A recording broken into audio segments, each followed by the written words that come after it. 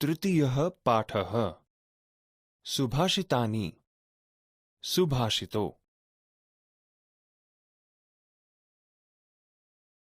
વિદ્યાર્થી મિત્રો, સુભાષિતો એ સંસ્કૃત ભાષાની આગવી વિશેષતા છે.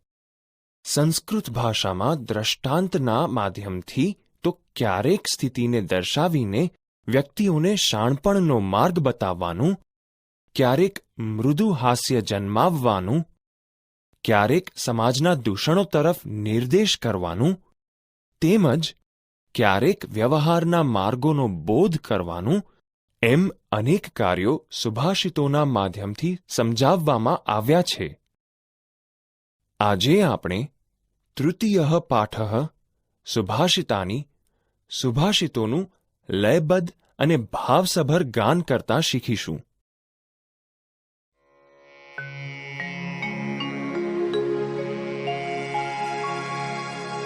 પૃથિવ્યાં ત્રીણિ રત્નાની જલ્મનમ સુભાષિતમ મૂઢે પાષાણખંડેષુ રત્નસંજ્ઞા વિધીયતે. અયં નિજ પરો વેતિ ગણના લઘુચેતસામ ઉદાર ચરિતાનામ તુ વસુધૈવ કુટુંબકમ.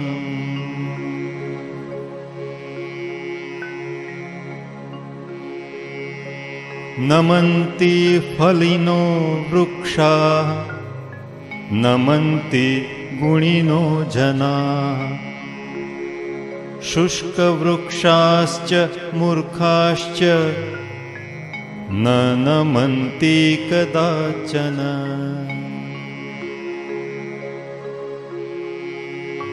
ઉદ્યમઃ સાહસં ધૈર્યં બુદ્ધિ શક્તિ પરાક્રમઃ ષડેતે યત્ર વર્તન્તે તત્ર દેવઃ સહાયકૃત. ઉદ્યમેન હિ સિદ્ધન્તિ કાર્યાણિ ન મનોરથે નહિ સુપ્તસ્ય સિંહસ્ય પ્રવિશન્તિ મુખે મૃગાઃ.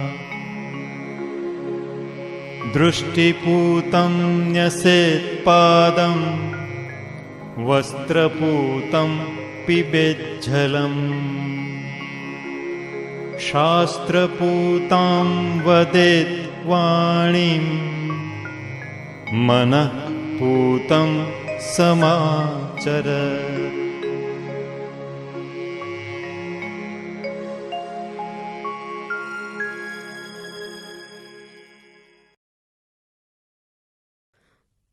વિદ્યાર્થી મિત્રો, આપણે તૃતીયઃ પાઠઃ સુભાષિતાની સુભાષિતોના પહેલા, બીજા અને ત્રીજા શ્લોકોનું ધ્યાનપૂર્વક શ્રવણ અને પઠન કરીશું તથા તેનો ભાવાર્થ સમજીશું. 1. પૃથિવ્યાં ત્રીણિ રત્નાની જલમન્નમ સુભાષિતમ મૂઢૈઃ પાષાણખંડેષુ રત્નસંજ્ઞા વિધીયતે. ભાવાર્થ: પૃથ્વી પર 3 રત્નો છે: પાણી, અનાજ અને સુભાષિત. મૂર્ખ માણસો પથ્થરના ટુકડાઓને રત્ન એવું નામ આપે છે. સમજૂતી: રત્ન એટલે મોંઘી વસ્તુ. હીરા, માણેક, મોતી વગેરે રત્ન તરીકે ઓળખાય છે. આ તમામ આપણને ખનિજ તરીકે પ્રાપ્ત થાય છે, જે આખરે તો પથ્થરના ટુકડાઓ છે. આ સુભાષિતમાં પાણી, અનાજ અને સુભાષિત એ ત્રણને રત્ન તરીકે ઓળખાવેલા છે. તેટલું જ નહીં, પથ્થરોના ટુકડાઓને રત્ન ગણનારને મૂર્ખ કહેલા છે. આપણને પાણી અને અનાજ વગર જેમ ચાલતું નથી, તેમ ઉત્તમ જીવન જીવવા માટે શ્રેષ્ઠ વિચારો સિવાય પણ ચાલતું નથી. શ્રેષ્ઠ વિચારોથી જ વ્યક્તિ શ્રેષ્ઠ બનતો હોય છે. તેથી જ વ્યક્તિના બાહ્ય અને આંતરિક જીવનને મજબૂત બનાવતા હોવાથી પાણી, અનાજ અને સુભાષિતને પૃથ્વી પરના 3 રત્નો તરીકે સાર્થક રીતે ઓળખવામાં આવ્યા છે. 2. અયમ નિજઃ પરોવેતિ ગણના લઘુચેતસામ ઉદારચરિતાનામ તુ વસુધૈવ કુટુંબકમ. ભાવાર્થ: આ પોતાનો છે અને આ પારકો છે એવી ગણતરી સંકુચિત મનવાળાઓની હોય છે. ઉદાર મનવાળાઓને માટે તો સમગ્ર પૃથ્વી જ એક પરિવાર જેવી છે. સમજૂતી: આ સુભાષિતમાં કહેવાયું છે કે આ મારું અને આ બીજાનું એ પ્રકારની ગણતરી સંકુચિત મનોવૃત્તિવાળા ધરાવે છે, પરંતુ ઉદાર મનોવૃત્તિ ધરાવનારા લોકો માટે તો સમગ્ર પૃથ્વી જ એક પરિવાર સમાન છે.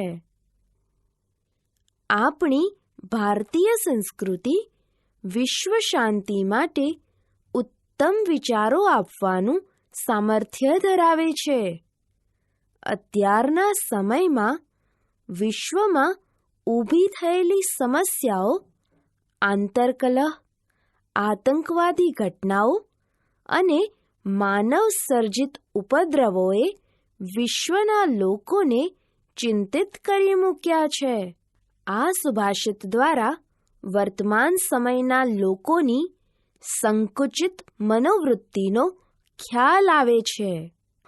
મહાભારત જેવા યુદ્ધ વખતે પણ મામકાહા અને પાંડવાહા જેવા શબ્દો દ્વારા કૌરવોના પિતા ધૃતરાષ્ટ્રની સંકુચિત મનોવૃત્તિનો પરિચય થાય છે, જેની સાક્ષી શ્રીમદ્ ભગવદ્ ગીતાના પ્રથમ શ્લોકમાં જોવા મળે છે.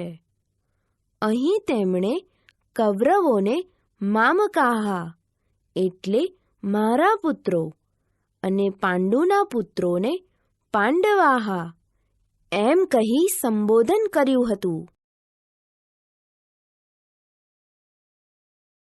3. નમંતી ફલીનો વૃક્ષાઃ નમંતી ગુણીનો જનાઃ શુષ્ક વૃક્ષાશ્ચ મૂર્ખાશ્ચ ન નમંતી કદાચન.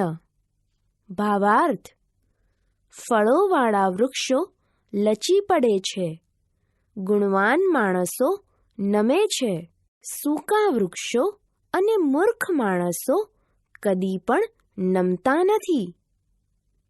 સમજૂતી: આ સુભાષિતમાં નમ્રતાનો ગુણ ધરાવનાર ફળવાળા વૃક્ષનું દ્રષ્ટાંત આપવામાં આવેલું છે. જેમ ફળવાળું વૃક્ષ નમે તે જ પ્રમાણે ગુણીજન પણ નમે છે, જેથી આ બંને સમાજમાં આદરપાત્ર બને છે. પરંતુ સૂકા ઝાડ અને મૂર્ખાઓ કદી પણ નમતા નથી, એટલે જ સૂકા ઝાડને લોકો કાપી નાખે છે અને મૂર્ખાઓનો તિરસ્કાર કરે છે. નમ્રતાને વ્યક્તિમાં રહેલા ગુણો પૈકી મહત્વનો ગુણ ગણવામાં આવે છે. જે વ્યક્તિ નમ્ર નથી બની શકતો તે અક્કડ રહે છે કે બાંધછોડ કરવા તૈયાર થતો નથી.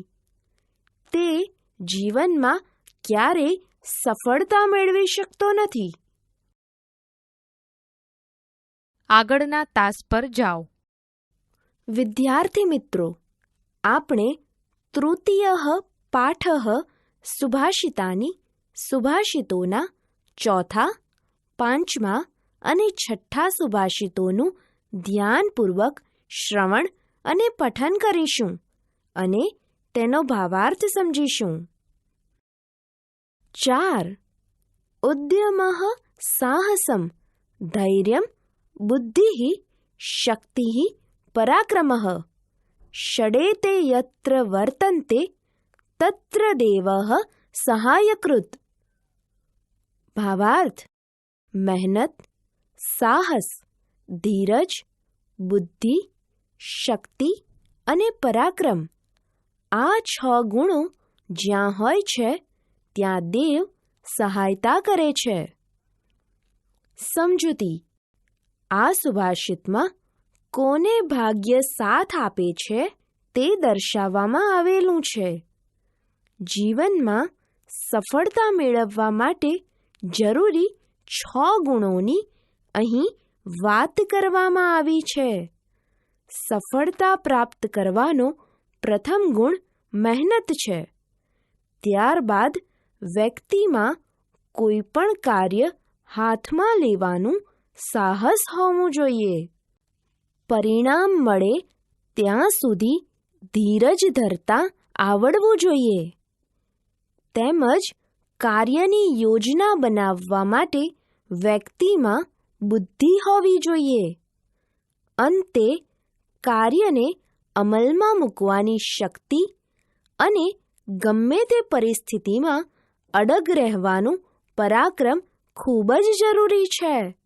જો આપણામાં આ 6 ગુણો હોય તો જ આપણને સફળતા મળે છે, એટલે કે દેવ સહાય કરે છે. 5. ઉદ્યમેન હિ સિદ્ધ્યન્તિ કાર્યાણિ ન મનોરથૈઃ નહિ સુપ્તસ્ય સિંહસ્ય પ્રવિશન્તિ મુખે મૃગાઃ. ભાવાર્થ: મહેનત વડે જ કાર્યો પાર પડે છે, મનમાં વિચારો કરવાથી નહીં. સૂતેલા સિંહના મોઢામાં પ્રાણીઓ જાતે પ્રવેશ કરતા નથી. સમજૂતી: પુરુષાર્થનો મહિમા ગાતું આ સુભાષિત ખૂબ જાણીતું છે. અહીં સિંહના ઉદાહરણ દ્વારા મહેનતનું મહત્વ સમજાવવામાં આવ્યું છે. કોઈ પણ કામમાં સફળ થવા માટે મહેનતની જરૂર પડે છે. ફક્ત મનમાં વિચારો કરવાથી કોઈ પણ કામમાં સફળતા મળતી નથી. સિંહ જંગલનો સૌથી બળવાન પ્રાણી હોવા છતાં તેને શિકાર માટે બહાર જવું પડે છે અને શિકાર કરવો પડે છે. જંગલના પ્રાણીઓ સામે ચાલીને તેના મોઢામાં આવતા નથી. આમ ફક્ત વિચારો કરવાથી જંગલના રાજા સિંહની પણ ઈચ્છા પૂરી થતી નથી. તેણે પણ મહેનત તો કરવી જ પડે છે. 6. દ્રષ્ટિપૂતમ ન્યસેત્પાદમ વસ્ત્રપૂતમ પિબેજ્જલમ શાસ્ત્રપૂતામ વદેત્વાણીમ મનઃપૂતમ સમાચરેત. ભાવાર્થ: આંખોથી જોઈને જ પગ મૂકવો જોઈએ. વસ્ત્રથી ગાળેલું પાણી જ પીવું જોઈએ. શાસ્ત્રથી શુદ્ધ કરેલી વાણી જ બોલવી જોઈએ. મનથી પવિત્ર કરેલું કર્મ જ કરવું જોઈએ. સમજૂતી: આ સુભાષિતમાં માનવ જીવનમાં આચરણમાં મૂકવા લાયક 4 બાબતો જણાવવામાં આવેલી છે. આપણે હંમેશા રસ્તામાં ચાલતી વખતે આંખોથી જોઈને પછી જ પગ મૂકવો જોઈએ. હંમેશા સ્વચ્છ કપડાથી ગાળીને જ પાણી પીવું જોઈએ. આપણે શાસ્ત્રોથી પવિત્ર થયેલી વાણી એટલે કે સંસ્કારી વાણી જ બોલવી જોઈએ. ક્યારેય પણ અપશબ્દો ન બોલવા જોઈએ અને હંમેશા કોઈ પણ કામ મન લગાવીને જ કરવું જોઈએ.